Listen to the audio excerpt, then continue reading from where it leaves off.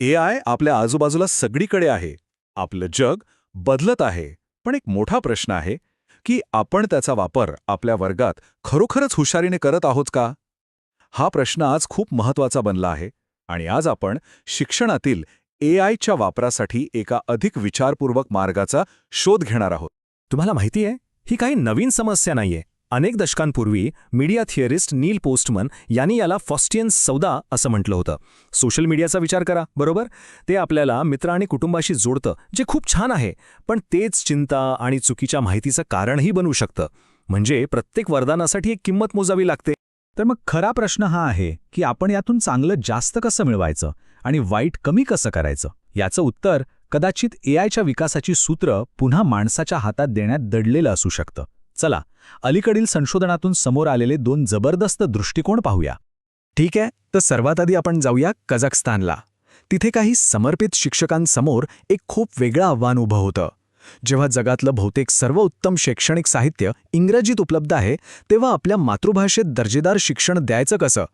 तर डॉक्टर आयगेरिम शिलीबेकोवा आणि त्यांची टीम ही समस्या सोडवण्याचा प्रयत्न करत होती आणि याचा थेट परिणाम विद्यार्थ्यांवर होत होता. केवळ भाषेच्या अडथळ्यामुळे ते मौल्यवान ज्ञानापासून वंचित राहत होते. ही एक खूप मोठी समस्या होती.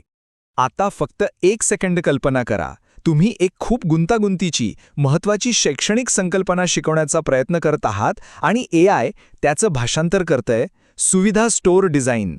म्हणजे हे फक्त चुकीचं नाही, तर पूर्णपणे निरर्थक आहे. त्या संकल्पनेचा संपूर्ण अर्थच नाहीसा झाला. आणि इथेच मानवी कौशल्याने एआयला योग्य दिशा दिली.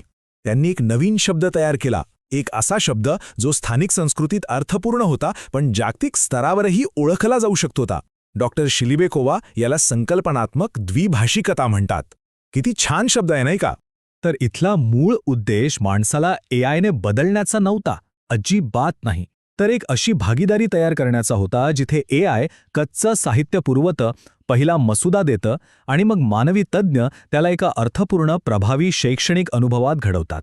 आणि याचे परिणाम ते स्वतःच बोलके आहेत.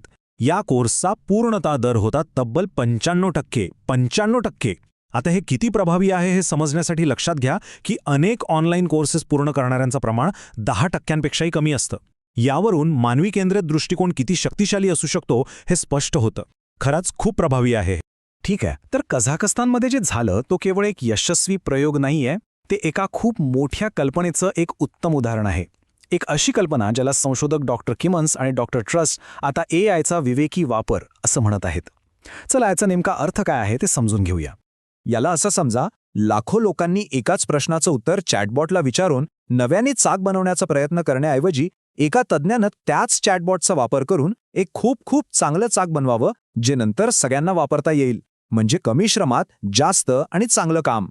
हा तक्ता आपल्याला हा फरक अगदी स्पष्टपणे दाखवतो. डावीकडे आहे अविवेकी वापर, जिथे लाखो लोक एकच काम पुन्हा पुन्हा करत आहेत, आणि उजवीकडे आहे विवेकी वापर, जिथे एकदाच केलेलं दर्जेदार काम लाखो लोकांपर्यंत पोहोचतं.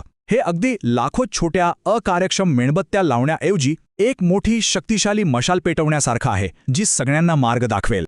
आणि हे फक्त कागदावर नाहीये. एडटेक बुक्स सारखे प्लॅटफॉर्म हे मॉडेल आधीच प्रत्यक्षात वापरत आहेत. विचार करा, ज्या विद्यार्थ्यांना वाचायला त्रास होतो त्यांच्यासाठी स्वयंचलित ऑडिओ बुक्स किंवा अवघड शब्दांचा अर्थ लगेच सांगणारे इंटरॅक्टिव्ह शब्दकोश. यापैकी प्रत्येक उदाहरण शिक्षण सर्वांसाठी अधिक सोपं आणि सुलभ बनवतं. पण इथे एक गोष्ट आहे ज्याचा आपण सहसा विचार करत नाही. समजा प्रत्येक वेळी जेव्हा आपण AI चॅटबॉट वापरतो तेव्हा आपण एका अदृश्य पर्यावरणीय समस्येला हातभार लावत असतो. हो, या सोयीची एक छुपी किंमत आहे आणि त्याकडे आपण दुर्लक्ष करून चालणार नाही. हा आकडा पहा, 6.1 अब्ज. गुगलने फक्त एका वर्षात वापरलेल्या पाण्याचे हे गॅलन आहेत. हे पाणी इतकं आहे की त्यात 9,000पेक्षा जास्त ऑलिम्पिक साईज स्विमिंग पूल्स भरता येतील. आणि या वाढीचा खूप मोठा वाटा आपल्या AIला शक्ती देणाऱ्या डेटा सेंटर्समुळे आहे. आणि याला समजून घेण्याचा अजून एक मार्ग आहे. एआयद्वारे फक्त एक इमेज तयार करण्यासाठी लागणारी ऊर्जा एका स्मार्टफोनला पूर्ण चार्ज करण्याइतकी असू शकते. यावरून आपल्याला त्या प्रत्येक सोप्या वाटणाऱ्या एआय क्वेरीमागे किती मोठा पर्यावरणीय खर्च दडलेला आहे याचा अंदाज येतो. त्यामुळे साहजिकच एक प्रश्न निर्माण होतो, नाही का? पुढच्या वेळी कोणतंही एआय साधन वापरताना एक क्षण थांबवून विचार करायला हवा की ही सोय खरोखरच पर्यावरण आणि समाजाला मोजाव्या लागणाऱ्या किमतीच्या योग्यतेची आहे का? तर मग ह्या सगळ्यातून आपण काय शिकलो? कझाखस्तानच्या अनुभवापासून ते विवेकी वापराच्या फ्रेमवर्कपर्यंत ह्या सगळ्यामध्ये एक समान धागा आहे. ह्या एआयच्या नवीन जगात आपण नाविन्यपूर्ण आणि जबाबदार दोन्ही एकाच वेळी कसं राहू शकतो? हे सगळं काही महत्त्वाच्या मुद्द्यांवर येऊन थांबतं. पहिलं, मानवी मार्गदर्शन खूप आवश्यक आहे. एआय हे एक साधन आहे, तज्ज्ञ नाही. दुसरं, आपल्याला डिझाईनबद्दल हेतुपुरस्पर विचार करायला हवा, अकार्यक्षम मॉडेल्सऐवजी कार्यक्षम मॉडेल्स निवडायला हवेत. आणि तिसरं म्हणजे एआयचे फायदे सर्वांसाठी उपलब्ध आहेत याची खात्री करायला हवी, फक्त काही मोजक्या लोकांसाठी नाही. तंत्रज्ञानाने मानवी मूल्य आणि कौशल्याची सेवा करायला हवी, उलट नाही. शेवटी एआयचं भविष्य असं काही नाहीये जे आपल्यावर लादलं जाईल. आपण सर्व मिळून ते घडवत आहोत, याच क्षणी आपण घेत असलेल्या निर्णयांनी. त्यामुळे खरा प्रश्न हा नाही की एआय काय करू शकतं, तर प्रश्न हा आहे की त्याने काय करायला हवं आणि हे कोण ठरवणार. याच विचारासोबत मी आजचा हा विषय इथेच संपवतो.